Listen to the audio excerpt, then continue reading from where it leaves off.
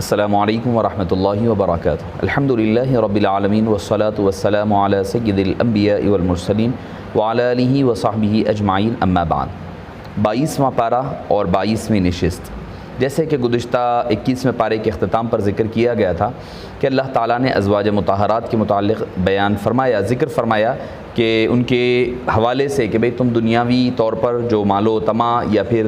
اپنی نان نفقے کی اضافے کی بات کی تھی، اس کا ذکر کر کر کے اللہ تعالیٰ نے یہاں پر ازواج مطہرات کے لیے ذکر فرما رہا ہے، یا نساء النبی لستن کاحد من النساء، اے نبی کی عورتوں تم عام عورتوں کی طرح نہیں ہو، یعنی تمہارا مقام اور مرتبہ بہت بلند اور بالا ہے، آپ عام خواتین کی طرح نہیں ہیں۔ تو کیوں نہیں ہے؟ یا نساء النبی، نبی کی عورتوں، لستن کاحد من النساء، تم عام لوگوں عام خواتین کی طرح نہیں ہو۔ کیوں؟ کیونکہ تقوی اختیار کریں، اور جب کوئی بندہ مسئلہ پوچھنے آئے تو جان بوجھ کر جو ہے نزاکت سے بات نہ کریں،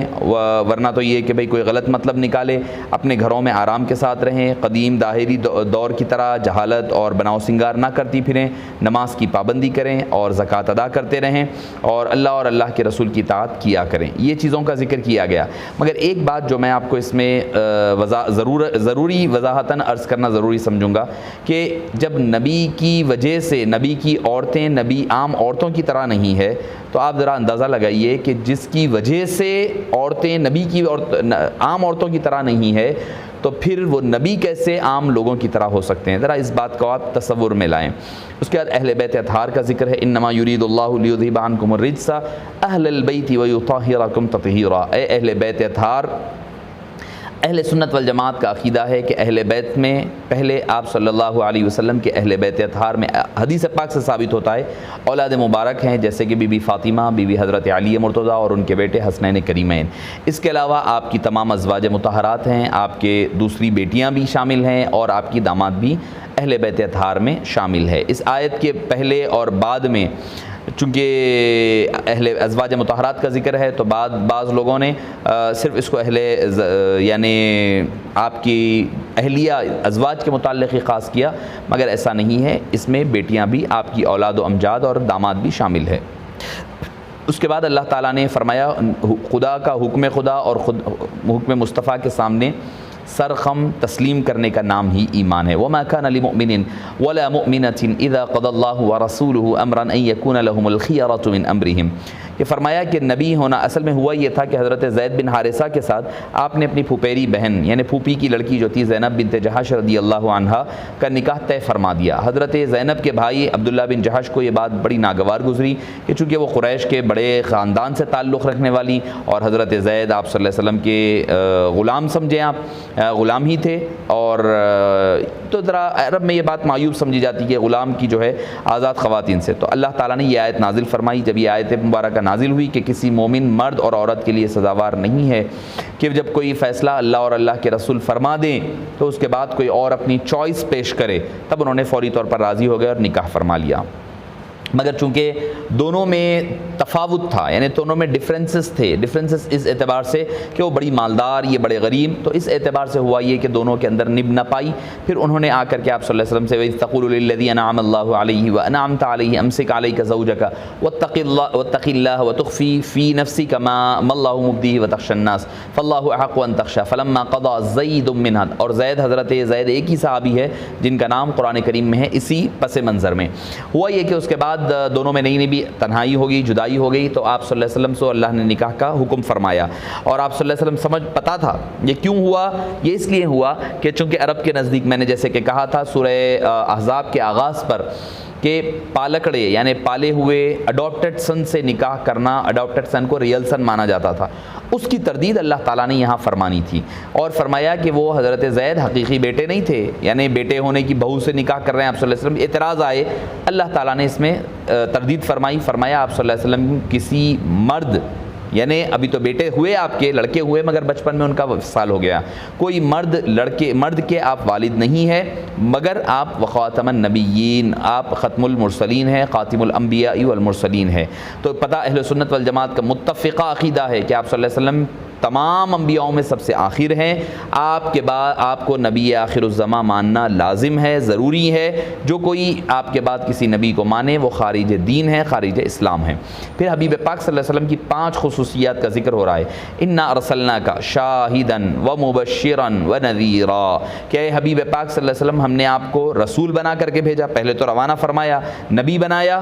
پھر اس کے بعد شاہد بنایا، مبشر بنایا، نذیر بنایا، رسول بنا کر کے اللہ تعالیٰ نے آپ کو بشارت دینے والے، ڈرانے والے، اللہ کی طرف لوگوں کو وداعیا الی اللہ باذنہ وسراجا منیرا، اللہ تعالیٰ نے آپ کی یہاں پر خصوصیات کا، یعنی جب شاہد بنایا، گواہ بنایا، تو گواہ کے لیے زندہ ہونا بھی ضروری ہے، گواہ کے لیے علم کا ہونا بھی ضروری ہے، گواہ کے لیے موقع واردات پر موجود ہونا بھی ضروری ہوتا ہے۔ تو پتہ چلا حبیب پاک صلی اللہ علیہ وسلم بقید حیات بھی ہیں، اور ساتھ ہی ساتھ آپ کو علم بھی عطا فرمایا گیا، ساتھ ہی ساتھ آپ قدرت بھی رکھتے ہیں، ہر چیز کا موقع واردات پر موجود بھی رہا کرتے ہیں۔ بشارتیں دینے والے، نذیر بنایا، ڈرانے والے بنا کر کے روانہ فرمایا۔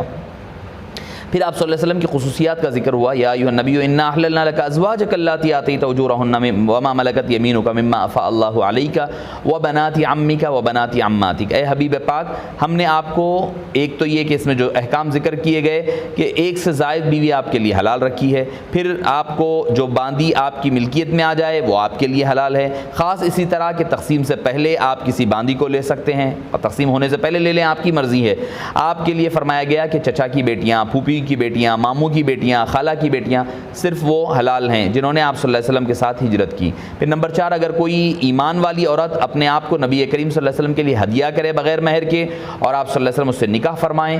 تو فرما سکتے ہیں۔ یہ ہے حبیب۔ لوگ جو کہتے ہیں کہ ہم اور آپ صلی اللہ علیہ وسلم نعوذ باللہ برابر ہیں، کہاں پر ہے بتائیے آپ، کیا آپ کو یہ کرنے کا اختیار دیا گیا؟ 4 سے زائد شادیاں آپ کر سکتے ہیں، قرآن نے اجازت دی ہے حبیب پاک کو، بغیر مہر کے آپ چاہیں تو رکھ لیں، بغیر مہر کے آپ مال فے میں سے جو چاہے لڑکی کو رکھ لیں، آپ کا اختیار ہے۔ یہ ہے حبیب پاک صلی اللہ علیہ وسلم کا اختیار، دوسرے جدا فرمایا دوسرے لوگوں کے ساتھ۔ پھر اس کے بعد کھانے کے دعوت کے آداب بتائے گئے، لا تدخلوا بیوت النبی الا ان یؤذن لکم۔ ہوا یہ کہ آپ صلی اللہ علیہ وسلم کی جب حضرت زینب بنت جحش سے نکاح ہوا، نکاح کے بعد ہوا یہ کہ لوگ جو ہے آپ صلی اللہ علیہ وسلم کے گھر میں آ گئے جلدی، اور بیٹھ گئے انتظار میں، اور بہت دیر تک گئے نہیں، کھانا کھا کر بھی بیٹھ گئے۔ آپ صلی اللہ علیہ وسلم کو ناگوار گزرنے لگا، اور آپ صلی اللہ علیہ وسلم ایک مرتبہ باہر تشریف لے گئے، لوگ سمجھ کر چلے جائیں، نہیں گئے، پھر آپ اندر آئے، پھر آپ باہر تشریف لے گئے،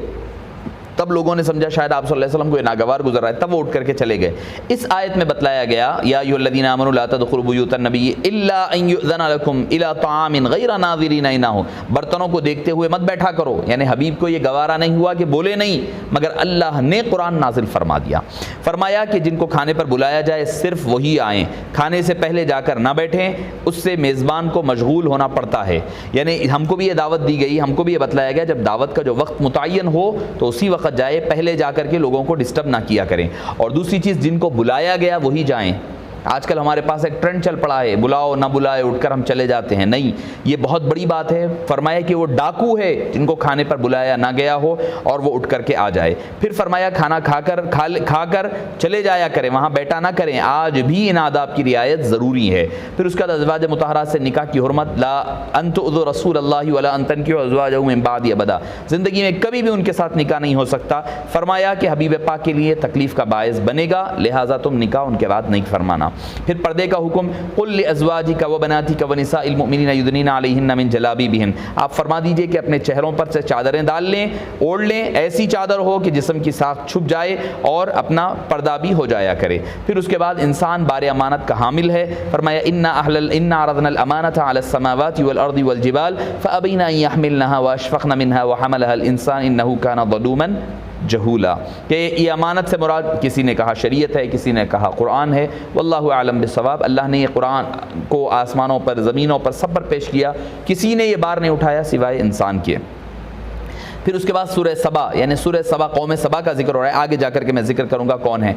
ان کا واقعہ ذکر ہوا، اس لیے اس سورہ کا نام سبا ہے۔ حضرت داؤد کے فضائل، وَلَقَدْ آتَيْنَا دَاوُودَ مِنَّا فَضْلًا يَا جِبَالُ أَوِّبِي مَعَهُ وَالطَّيْرَ وَأَلَنَّا لَهُ الْحَدِيدَ، اللہ تعالیٰ نے حضرت داؤد کو حسن صوت یعنی خوبصورت آواز عطا فرمائی تھی۔ جب وہ اللہ کی تسبیح بیان کرتے تو پہاڑ اور چرند اور پرند ان کے ساتھ مسخر ہو جاتے، اور انہیں حکم دیا گیا تھا کہ وہ داؤد علیہ السلام کے ساتھ مل کر تسبیح یعنی ایکو کرتے، ان کی آواز کے ساتھ آواز ملایا کرتے۔ اس کے علاوہ اللہ نے لوہے کو نرم کر دیا، جیسا مولڈ کرنا چاہے وہ مولڈ ہو جایا کرتے، وہ اپنے ہاتھ سے بغیر کوئی زرہ وغیرہ کے جو چاہے وہ بنا لیا کرتے، بغیر کوئی ہتھیار کے آپ بنا لیا کرتے۔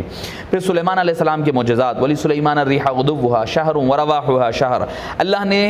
ہوا کو حضرت سلیمان کے تابع فرما دیا، اس کے ذریعے دور دراز کا سفر مختصر وقت میں طے کر لیتے، تخت ہوا میں اڑتا اور مہینے کی مسافت صرف ایک صبح اور شام میں طے کر لیتے۔ جنات کو بھی اللہ نے ان کے تابع فرما دیا تھا، جیسے چاہتے اس سے کام لیتے، اور تانبے کا چشمہ بھی تھا، اس سے وہ برتن بنایا کرتے تھے۔ پھر سلیمان علیہ السلام کی وفات کا خاص ذکر ملتا ہے، کیسے؟ فلما قضینا موسیٰ علیہ الموت ما دلهم على موته علیہ الموت ما دلهم علیہ علی موتی الا دابۃ الارض تاکل من ساتا۔ ہوا یہ کہ جنات کے لوگوں کے اندر یہ بات مشہور تھی کہ جنات جو ہے علم غیب جانتے ہیں اپنی طرف سے، اللہ تعالیٰ اس بات کو کلیئر کرنا چاہتا تھا۔ حضرت سلیمان کا وقت آخر آیا، وہ عصا لے کر ٹیکا لگا کر کے بیٹھ گئے اور جنات کو دیکھ رہے تھے کہ وہ اپنی عبادت میں اپنی عبادت کے ساتھ آپ عبادت کے ساتھ ساتھ ہماری نگرانی کر رہے ہیں، یعنی وہ مسجد اقصیٰ بنا رہے ہیں۔ اسی دوران ملک الموت نے آپ کی روح کو قبض فرما لیا، آپ فوت ہو گئے، لیکن جنات یہی سمجھتے تھے آپ بقید حیات ہیں اور ہمیں دیکھ رہے ہیں۔ پھر جب 1 سال تک جنات اپنے کام پر لگے رہے، جب تعمیر مکمل ہو گئی تو اللہ نے دیمک کے کیڑے کو بھیجا، اس نے اس عصا کو کھانا شروع کیا، عصا ٹوٹا تو حضرت سلیمان علیہ السلام زمین پر گر گئے۔ پھر جنات کو پتہ چلا کہ حضرت سلیمان کا تو 1 سال پہلے گزر چکے ہیں، بیت المقدس کا باقی ماندہ کام مکمل ہو جائے۔ ایک یہ ضروری اس میں وہ تھی، دوسری چیز یہ تھی کہ اللہ تعالیٰ بتانا چاہتا تھا کہ جنات عالم الغیب نہیں ہوتے۔ پھر اس کے بعد قوم سبا کا واقعہ، قوم سبا کے رہنے کی جگہ اللہ تعالیٰ نے برکتیں عطا فرمائی۔ یہ ملک یمن میں دارالحکومت یعنی صنعاء سے 3 منزل کی دوری پر ایک علاقہ ہے جس کو سبا کہا جاتا ہے، وہاں پر ایک قوم آباد تھی، اللہ نے ان کو بہت باغات وغیرہ عطا فرمائے، پہاڑوں کے درمیان ایک وادی میں یہ شہر آباد تھا۔ یہاں کے بادشاہوں نے پہاڑوں کے درمیان میں ایک مضبوط ڈیم بنایا جس میں پانی ایک بڑا ذخیرہ محفوظ کر لیتے، پہاڑوں سے آنے والا پانی اور بارش کا پانی وہ ذخیرہ کر لیا کرتے۔ جب اللہ تعالیٰ نے ان سے اس نعمت کی ناقدری کی تو اللہ نے چوہوں کو بھیجا، چوہے آئے اور آ کر کے انہوں نے اس ڈیم کو کا بند توڑ دیا اور پانی پورے کا پورا اندر آ گیا، وہ قوم تباہ و تاراج ہو گئی۔ پھر اس کے بعد اللہ نے دعوت و فکر کی دعوت دی، مشرکین میں مکہ آپ صلی اللہ علیہ وسلم کو مجنون کہتے، اس آیت میں اللہ تعالیٰ نے فرمایا آپ ان سے فرمائیے میں تمہیں اس بات کی نصیحت کرتا ہوں کہ قل انما اعظکم بواحدہ ان تقوموا للہ مثنی وفرادا ثم تتفکروا ما بصاحبکم من جنہ۔ اس کا ذکر فرمایا کہ ان کی صداقت امانت کے تم بھی قائل ہو، بچپنے سے دیکھ رہے ہو، ایسا شخص مجنون اور پاگل کیسے ہو سکتا ہے۔ پھر سورہ فاطر آتا ہے، فاطر کا آغاز ہی میں الحمدللہ الذی فاطر السماوات کے ذریعے سے اس کا ذکر ہے، تو اللہ تعالیٰ نے اس سورہ کا نام اسی پر رکھا ہے۔ فرشتے اللہ کے قاصد یعنی اللہ کی طرف سے بھیجے ہوئے لوگ ہیں، جاعل الملائکۃ رسلا من الناس، اللہ کی طرف سے بھیجے ہوئے قاصد ہے۔ اللہ اور اللہ کے رسول کے درمیان یہ فرشتے واسطہ اور وسیلہ ہوتے ہیں، فرشتوں میں سے کسی کے 2 پر ہوتے ہیں، کسی کے 3، کسی کے 4، لیکن اس میں کوئی حصر نہیں ہے، ان سے زائد بھی ہو سکتے ہیں۔ جیسے حضرت جبریل کے بارے میں آتا ہے کہ ان کے 600 پر تھے، صرف انہوں ایک پر کھولتے تو آسمان کا رائٹ سائڈ کور ہو جاتا، دوسرا پر کھولتے تو لیفٹ سائڈ کور ہو جاتا۔ پھر اس کے بعد اللہ نے فرمایا پاک کلمات سے مراد کلمہ توحید ہے، الیہ یصعد الکلم الطیب والعمل الصالح یرفعہ۔ پھر دیگر ذکر کی بھی شان بیان کی گئی، مومن کی 3 قسمیں بیان ہوئی۔ ثم اورثنا الکتاب الذین اصطفینا من عبادنا فمنهم ظالم لنفسہ ومنهم مقتصد ومنهم سابق بالخیرات۔ اللہ فرماتا ہے کہ اس کتاب کا وارث اپنے بندوں میں سے ان لوگوں کو بنایا جنہیں ہم نے چن لیا ہے، یہاں 3 لوگوں کا، ظالم لنفسی جو اپنے آپ پر ظلم کرتا ہے یعنی نیک اعمال کرتے ہیں اور گناہوں سے بچتے نہیں ہیں، یہ لوگ حضور اکرم صلی اللہ علیہ وسلم کی شفاعت کے ذریعے سے جنت میں داخل ہوں گے۔ دوسرے لوگوں کے بارے میں مقتصد جو درمیان راہ یعنی حلال کام کرتے ہیں اور حرام سے بچتے ہیں لیکن مکروہات سے نہیں بچتے، مستحبات کو نہیں کرتے، یہ اللہ کی رحمت سے جنت میں ہونا تو آپ صلی اللہ علیہ وسلم کی شفاعت ہی ہے، مگر پھر اس کے باوجود یہ فرمایا گیا کہ وہ لوگ بھی اللہ کی رحمت کے صدقے جنت میں داخل ہوں گے۔ سابقم بالخیرات یعنی جو نیکیوں میں بڑھ کر حصہ لیتے ہیں، یعنی حلال کام کرنے سے بچتے ہیں، حلال کرتے ہیں، حرام سے بچتے ہیں، مستحبات اپناتے ہیں، مکروہات سے بچتے ہیں، لیکن اس کے باوجود بعض مباح چیزیں جن کے کرنے کی اجازت ہے وہ انہیں عبادت میں حد درجہ انہماک یا شبہات کی وجہ سے چھوڑ دیتے ہیں، یہ بغیر حساب و کتاب کے اللہ تعالیٰ ان کو جنت میں داخل فرمائے گا۔ پھر اس کے بعد اللہ عز و جل نے یہاں سے پر سورہ فاطر کا اختتام ہوتا ہے، یہاں سے سورہ یاسین کا آغاز ہوتا ہے۔ یاسین 2 حروف ہے، یا اور سین، یہ دونوں حروف مقطعات ہیں، اس کا معنی اللہ اور اللہ کے حبیب صلی اللہ علیہ وسلم جانتے ہیں۔ ابتدا یہ ایک نام آپ صلی اللہ علیہ وسلم کا ہے، بعض مفسرین نے کہا ہے، کیوں؟ کیونکہ آگے کی آیتیں بتلاتی ہے یاسین والقرآن الحکیم انک لمن المرسلین، یاسین لقب والے مصطفیٰ، قرآن حکیم کی قسم، انک لمن المرسلین، بے شک آپ رسولوں میں سے ہے۔ تو صبح اس سے مفسرین فرماتے ہیں چونکہ انک لمن المرسلین، آپ رسولوں میں سے ہے، تو انکا کا کاف جو ہے وہ پروناؤن ہے، پروناؤن سے پہلے ناؤن کا ہونا ضروری ہوتا ہے۔ ہر لینگویج کا ایک اصول ہے کہ کہا جائے کہ زید جو ہے اچھا لڑکا ہے، پھر اس کے بعد کہا جائے گا he is a good person, good مین، تو زید پہلے ذکر ہوگا، دس از زید، اس کے بعد کہا جائے گا he is a good person, he is a good man, he is an intelligent person, تو پہلے زید کا ذکر کیا جانا ضروری ہوتا ہے پروناؤن سے پہلے۔ تو یہاں پر انکا کہا گیا، بے شک آپ سے مراد کون؟ تو مفسرین فرماتے ہیں یاسین سے مراد حبیب پاک صلی اللہ علیہ وسلم کی ذات مبارکہ ہے، اور فرمایا گیا جس طرح ہر انسان کا، ہر شے کا ایک دل ہوتا ہے، قرآن کریم کا دل سورہ یاسین ہے۔ پھر فرمایا جو شخص اس کو صبح کو پڑھ لے پورے دن کے کام درست ہو جاتے ہیں۔ تو معزز سامعین کرام، اللہ تعالیٰ نے حبیب پاک صلی اللہ علیہ وسلم کا ذکر فرمایا، اور اس کے بعد آخر رکوع میں فرمایا 3 رسولوں کا ذکر ہوا۔ وَضْرِبْ لَهُمْ مَثَلًا أَصْحَابَ الْقَرْيَةِ إِذْ جَاءَهَا الْمُرْسَلُونَ، یعنی گزشتہ آیات میں آپ صلی اللہ علیہ وسلم کی رسالت کا بیان تھا، اب یہاں سے آگے 3 رسولوں کا قصہ ہو رہا ہے جو آپ صلی اللہ علیہ وسلم سے پہلے بھیجے گئے۔ اللہ نے ایک بستی انطاکیہ کی طرف، انطاکیہ جس کو کہتے ہیں، اس کی طرف رسولوں کو، جن کے نام صادق، صدوق اور شلوم یا شمعون بھیجے گئے۔